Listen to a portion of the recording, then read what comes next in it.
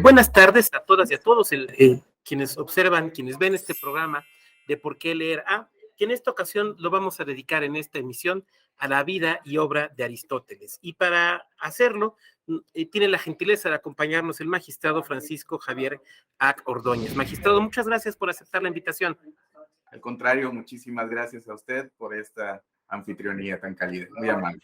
Es un gusto para la Escuela Judicial y el Tribunal Electoral que hayas aceptado.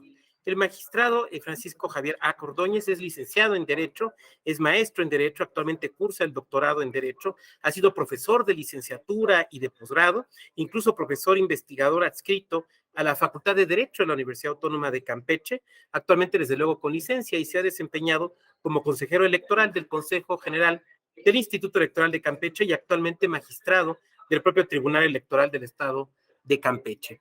Aristóteles, pues, es uno de los grandes filósofos, de las grandes mentes del mundo occidental. Nacido en Grecia, conocido como el Estagirita, por haber nacido en Estagira, y discípulo directamente de Platón, y además el formador, digamos, el tutor de Alejandro Magno, creador también del Liceo, de esta academia sucesora de la Academia Platónica, y un hombre que se dedicó a pensar, pero también a observar y a trabajar desde un punto de vista empírico. Estimado magistrado, ¿por dónde empezar a hablar de Platón, de Aristóteles, perdón? Bueno, por principio me gustaría, que dicen por ahí, que honrar honra, y seguramente pues mis primeras palabras son de agradecimiento para una persona que es modesta, sí, pero altamente profesional, y sin duda alguna pues es un gusto siempre coincidir con usted, a quien admiro y respeto mucho, el doctor Luis Vado, y desde luego también le expreso el agradecimiento a la Escuela Judicial. Efectivamente, usted ha resumido en pocas fracciones de segundos una vida que, si bien no fue tan longeva como prácticamente sí lo son sus obras. Muchos diríamos actualmente, bueno, ¿por qué leer a una persona que pues prácticamente vivió hace más de 2400 años? Y efectivamente, lo que hay que tomar en consideración, además de las obras de Aristóteles, es su trascendencia y su vigencia inclusive en el mundo contemporáneo y desde luego aún más en el derecho. Quienes amamos las disciplinas en general, debemos de tomar en consideración que efectivamente, como usted bien significó, pues es uno de los grandes clásicos de la Grecia antigua. Y con independencia de su vida, lo que hay que tomar en consideración es su pensamiento y el acercamiento a los conocimientos. ¿Y esto por qué? Bueno, pues él, hijo de médico, al fin y al cabo, desde muy pequeño estuvo cercano a la ciencia. Y en toda el gran panorama de sus obras, siempre vamos a ver que era un hombre demasiado observador.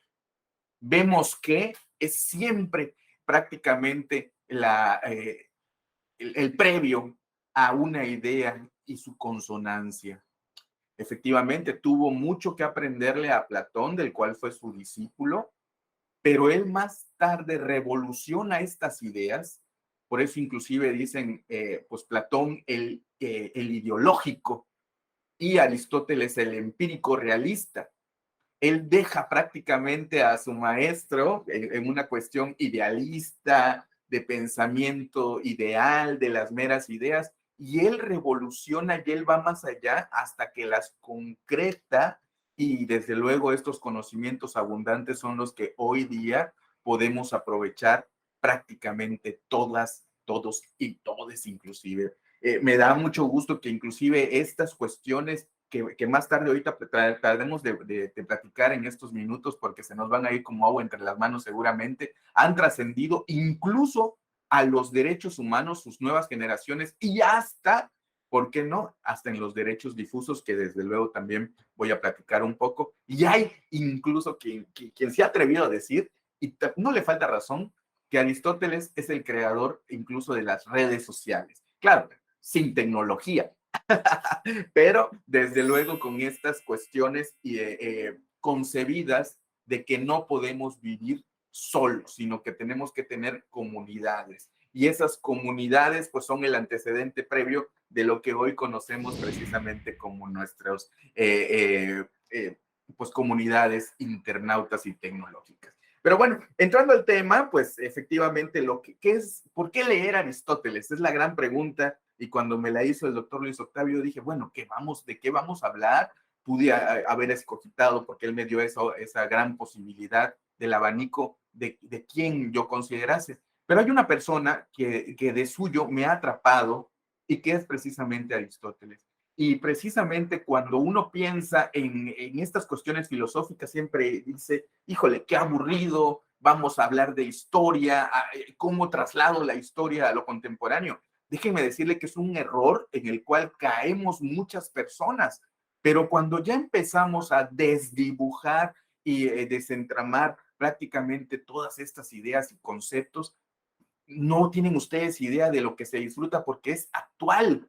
¿Quién no conoce precisamente la definición, digamos, de derecho, cualquiera que ésta sea, cualquiera que ésta sea? Pero ahí vamos a encontrar en ese concepto de derecho siempre algo que iba en bandera de una de las ideas de Aristóteles, la justicia. Y esa justicia, con independencia, insisto, también de las voces que querramos abrazar y los conceptos que querramos tener de ella, siempre nos van a llevar precisamente a un telos, como él decía, a una finalidad. Y la finalidad me gusta mucho porque es tan vigente como también lo fue en aquel momento, porque es el fin último. Y si revisamos nosotros, quienes fuimos estudiantes de Derecho, seguramente nos vamos a encontrar con un libro que fue Derecho Constitucional Mexicano del maestro Burgoa Orihuela, en donde nos decía, cualquiera que sea el desideratum ontológico del hombre, sea egoísta o altruista, siempre vamos a tender a la búsqueda de la felicidad. Y eso es precisamente la felicidad, no es otra cosa más que lo que ha dibujado Aristóteles y siempre también he repetido a mis alumnos o en cualquier espacio como este, que Aristóteles es un sentimentalista, obsceno incluso, en prácticamente todas sus obras. Así, por ejemplo, y de hecho, pues, ojalá me dé el tiempo, pero vamos a precisar que hay dos muy importantes en las cuales nos envolvemos prácticamente todas y todos, con independencia de la asignatura que tengamos, pero más dirigido a quienes profesamos la abogacía. Ética nicómano y política. Y ética nicómano, pues, efectivamente es el nombre de su padre médico, pero también es dirigido, es el libro de un padre a un hijo, ¿sí? Y vean ustedes qué es lo maravilloso, cómo él escribe, cómo él le dedica, cómo debiera ser él, su hijo prácticamente. Y dibuja una serie de virtudes altas, altísimas, que hoy día siguen teniendo eco en nuestro actual. Y efectivamente, Aristóteles, dentro de muchas de sus virtudes, pues él tuvo las cuestiones de poder, digamos, pues, sintetizar conocimientos de aquel momento. Él fue una de las personas que conjugó, pues, en física y en metafísica esos 4 elementos, tierra, agua, aire, fuego, que eran, pues, prácticamente hasta ese momento considerados como los generadores del universo, eso en física y en metafísica. Y también él, no se nos debe olvidar, fue la primera persona que consideró desde aquel entonces que la Tierra era redonda por algunas cuestiones y luego fue retomado ahí más tarde por Galilei, pero parte hay de esos matices de ahí de él. También se considera padre de la biología, padre de la zootecnia, en fin, de tantas, zoología, perdón, y de tantas y tantas asignaturas, pero lo que nos atrae el día de hoy sobre todo es que él atrapa en principio una clasificación tripartita, le gustan mucho las tríadas, ahorita vamos a saber por qué, ¿sí? Y él hace en principio tomando en cuenta sus conocimientos, más tarde se hace una subdivisión de estos conocimientos en 3 asignaturas.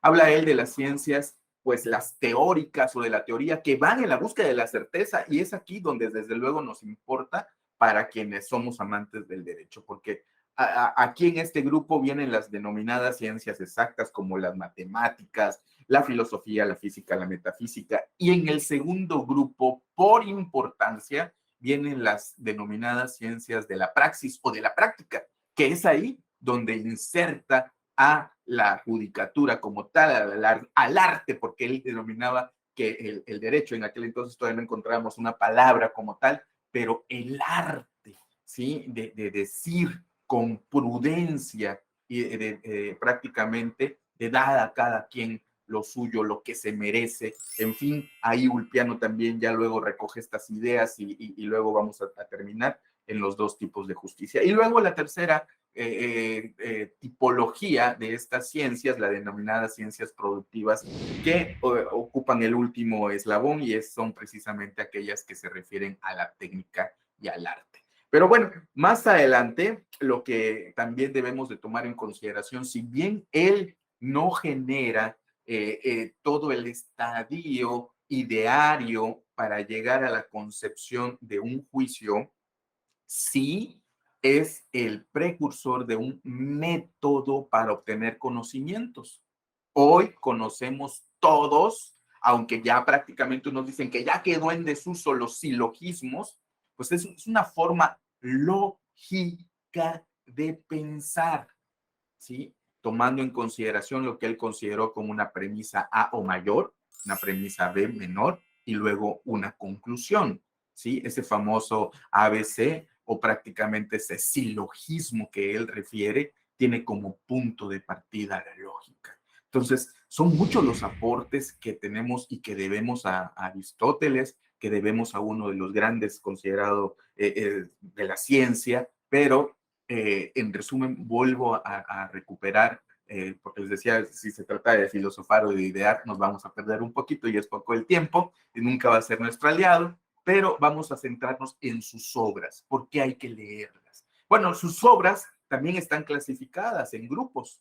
Estas obras, la primera se refiere a cuestiones lógicas, las físicas, las metafísicas, y me voy a detener sobre todo en las éticas y políticas. En esta... Ahí, si me lo permites, magistrado, Sí, un claro, poco, claro. creo que en Aristóteles es muy clara la idea de que la finalidad del hombre es buscar la felicidad, ¿no? Pero que esto solo se puede buscar dentro de la comunidad, dentro de la sociedad, dentro de la polis. Y cuando hablabas de esto, yo recordaba la Declaración de Independencia de Estados Unidos, ¿no? Ahí habla de la búsqueda de la felicidad, pues. Entonces, estas ideas políticas, por un lado, y por otra parte, el empirismo, ¿no? Yo recuerdo de mi querido maestro don Rolando Tamayo que nos ponía a leer los segundos analíticos, justamente cómo se construye desde la observación. Entonces, por sentarnos en dos aportes, porque como tú bien apuntas, es amplísimo, ¿no?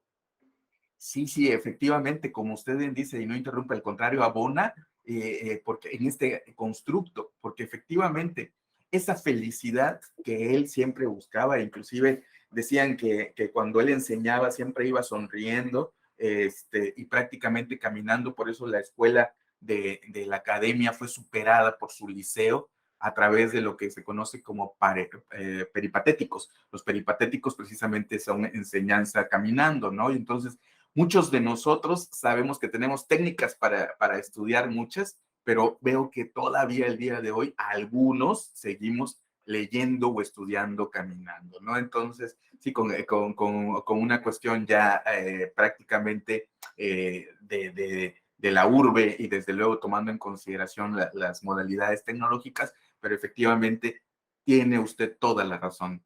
Él en esa búsqueda de la felicidad y empezó a visualizar que no estamos solos y desarrolla dos teorías que son importantísimas.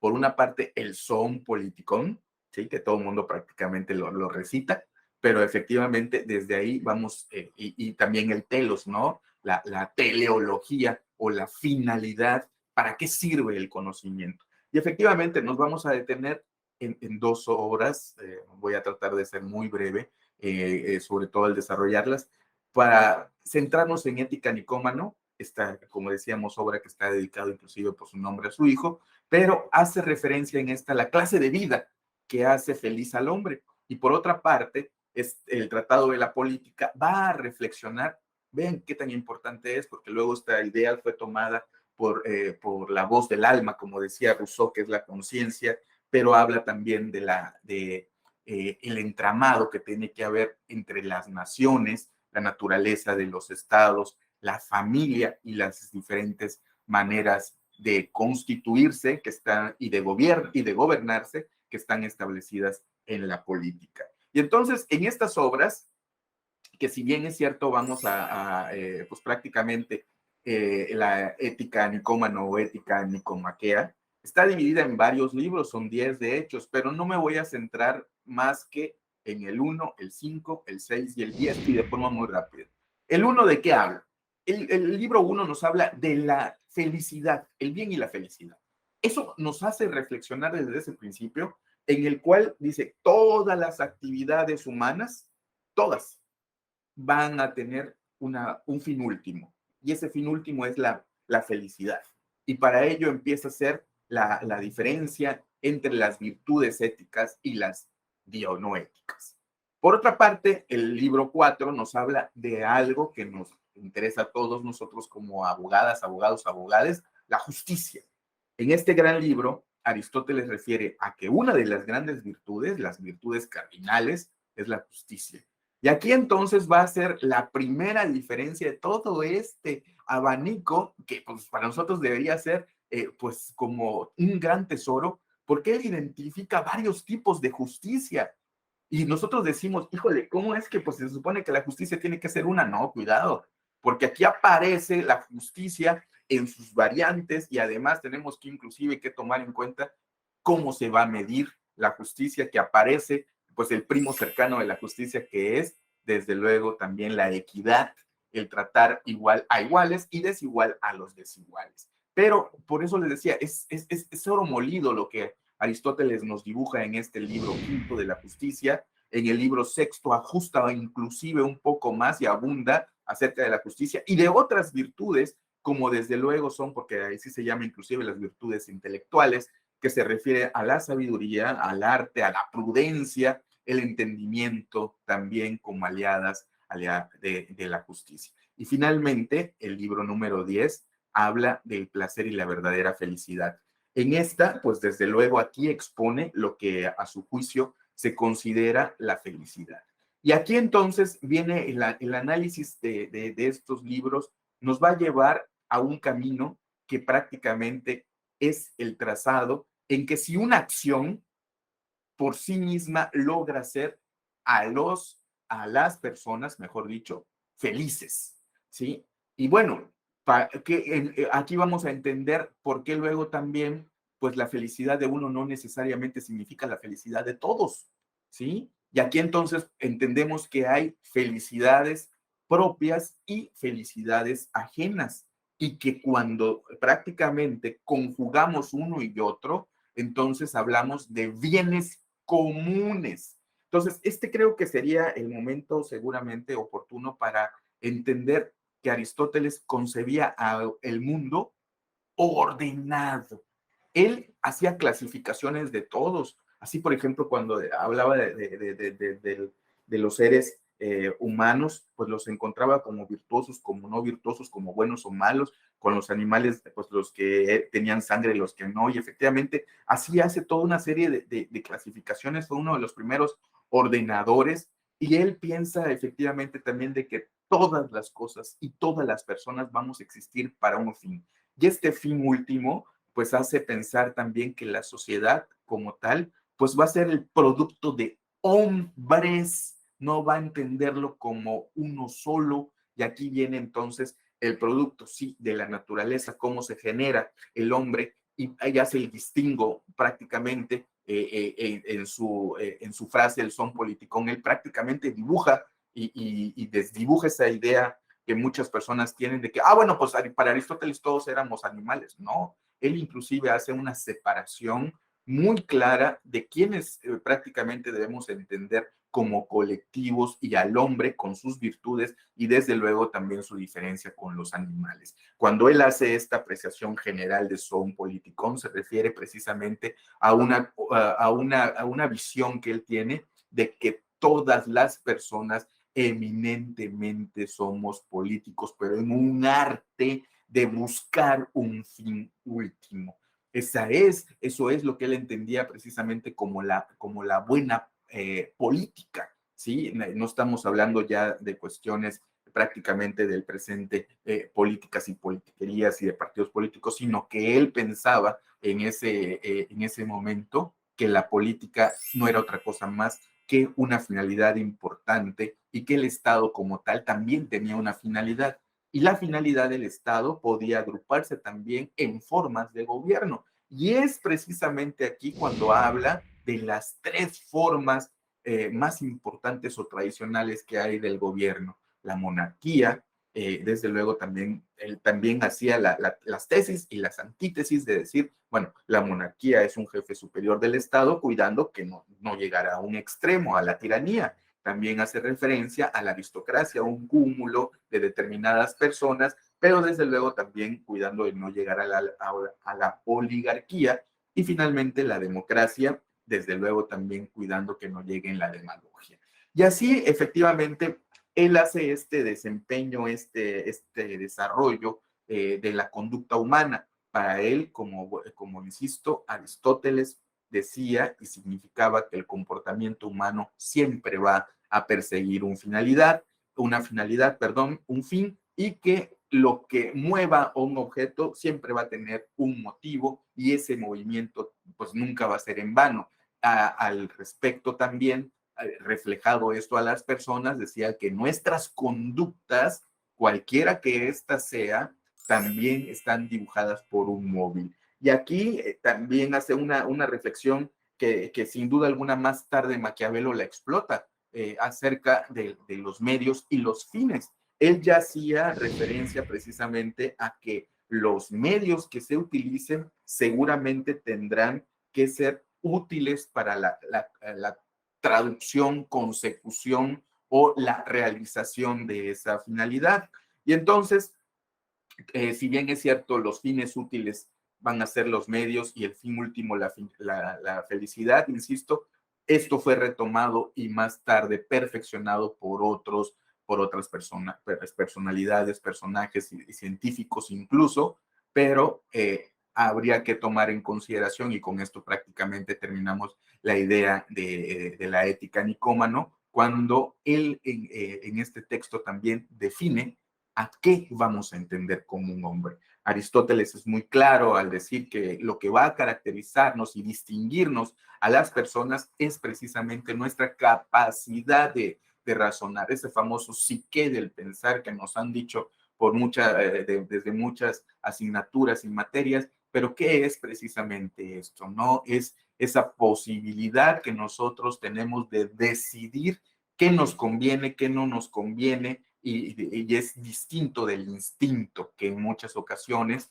tenemos también nosotros y que las más la tienen precisamente los animales. Esta posibilidad que nosotros tenemos de discernir, pues precisamente hace el parteaguas respecto de no dejarnos arrastrar, inclusive por las pasiones y los deseos. Dicen por ahí que la razón, pues precisamente es el límite de estas pasiones, de estos deseos, de estos comportamientos muchas veces no pensados, no prudentes, y que efectivamente tenemos que someternos a la razón. Entonces, esto, pues prácticamente esta capacidad de disminuir, encaminar inclusive estos, decía él, pues digamos, pues vicios del razonamiento, ¿cómo los podemos evitar? A través de la culturización de otra de las virtudes que es,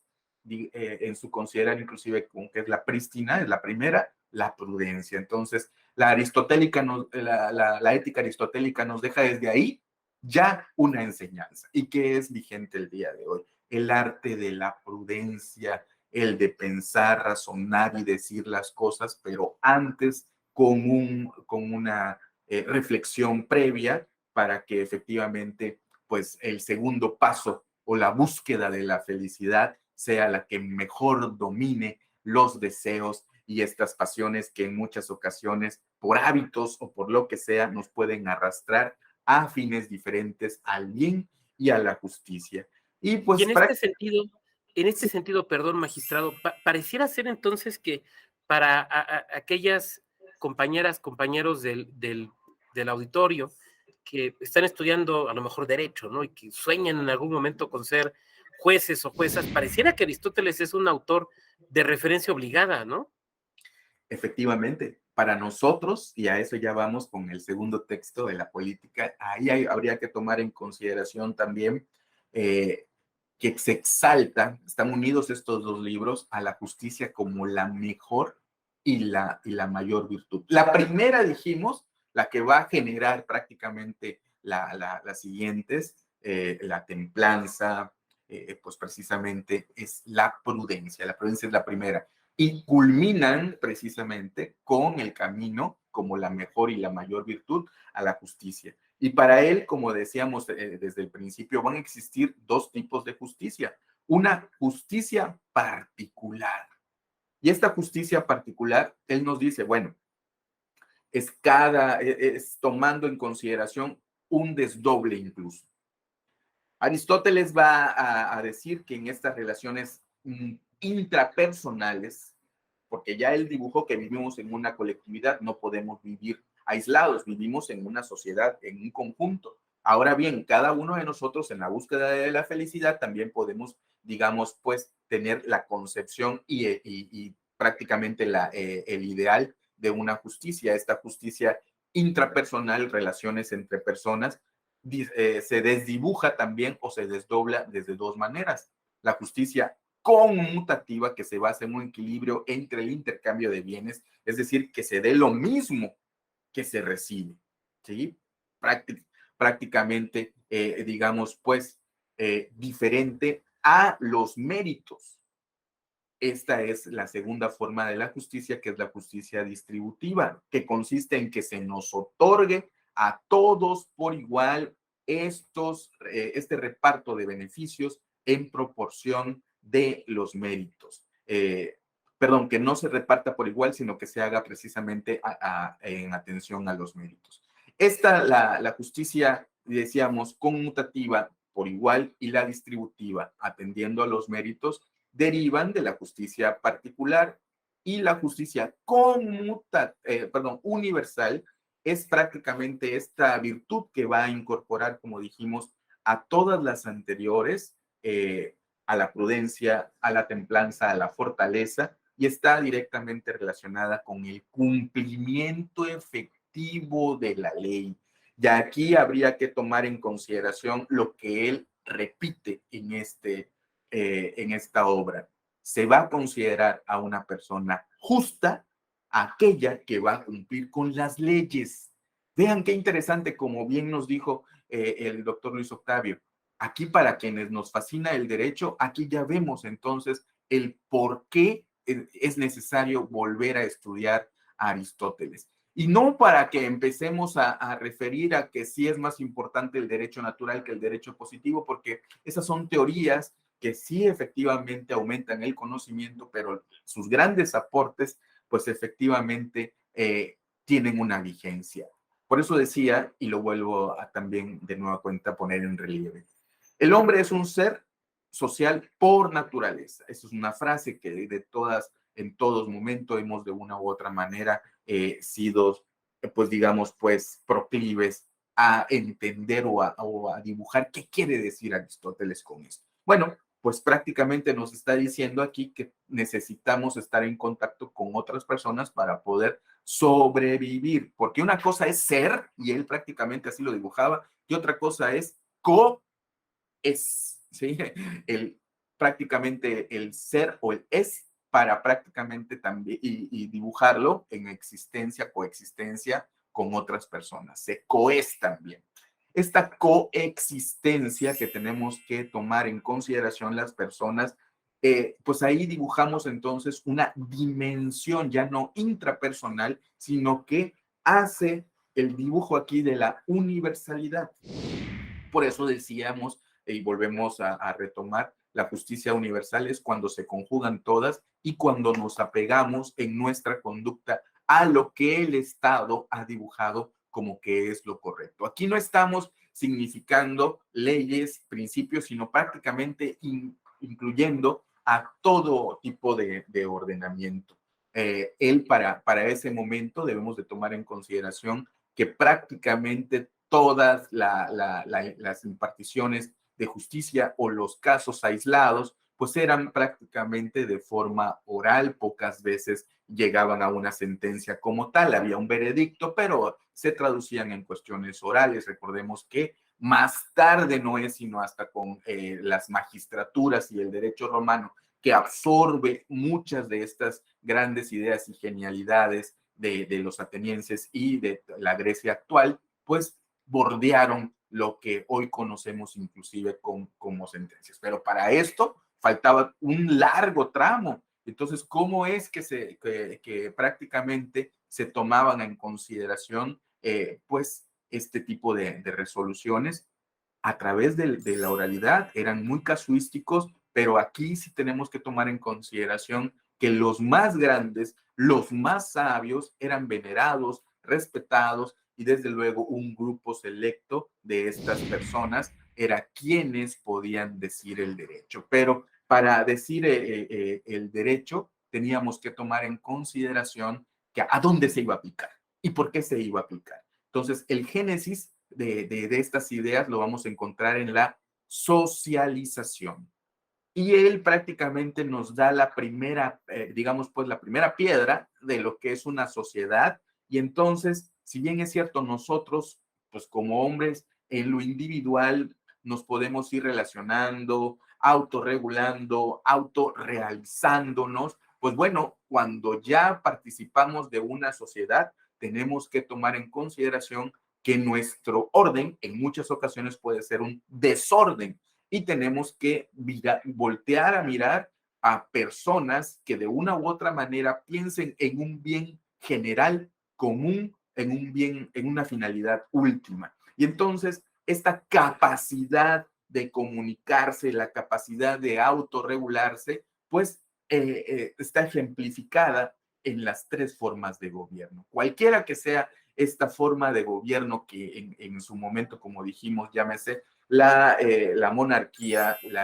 prácticamente la aristocracia o la democracia, cualquiera que ésta sea, pero tomando en consideración las cuestiones de bienestar, las cuestiones de felicidad, como él decía, y entonces tenemos que tomar en consideración los fines o las felicidades plurales, y esto nos convierte cada día más en mejores seres humanos. Y entonces, estas ideas, por eso decía, no pueden estar aisladas a lo que hoy inclusive es nuestra realidad.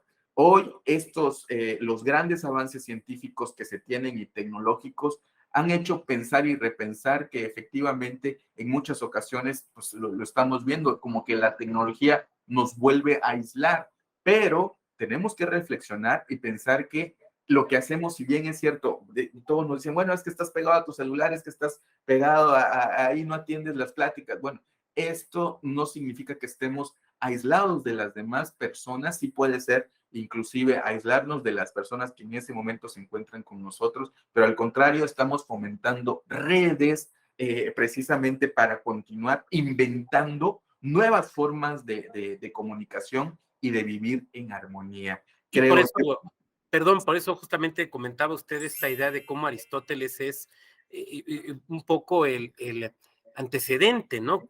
O una manera de podernos explicar lo que sucede actualmente con las redes sociales. Pues, magistrado, tenemos ya básicamente el tiempo concluido. La verdad es que te agradecemos mucho a nombre de Sala Superior de la Escuela Judicial por la explicación, sobre todo emocionada, apasionada y apasionante que has hecho de este autor y que de verdad a mí me dieron ganas ahorita de regresar a mis segundos analíticos, porque la verdad lo has platicado de forma que se queda uno con las ganas. Entonces, bueno, pues agradecerte mucho tu gentileza de acompañarnos en este programa, en nombre, desde luego, de la Sala Superior, de la Escuela Judicial Electoral y en el mío propio. Muchas gracias. Muchísimas gracias, gracias a usted por la amable invitación, gracias a Sala Superior y la Escuela Judicial. Y efectivamente, digamos pues como que hay un to be continued, como que debería haber un continuará, porque la magnitud de las ideas de este gran filósofo Aristóteles seguramente seguirán dando que dar, de qué hablar y de qué construir. Muchísimas gracias, doctor Luis Octavio, de verdad muy amable, y espero tener la oportunidad en futuras ocasiones de volver a colaborar con usted. Gracias. Saludos desde Seguramente así será. Y a nuestro público, muchas gracias por acompañarnos en una emisión más de Por qué leer. Nos esperamos la siguiente ocasión. Muchas gracias.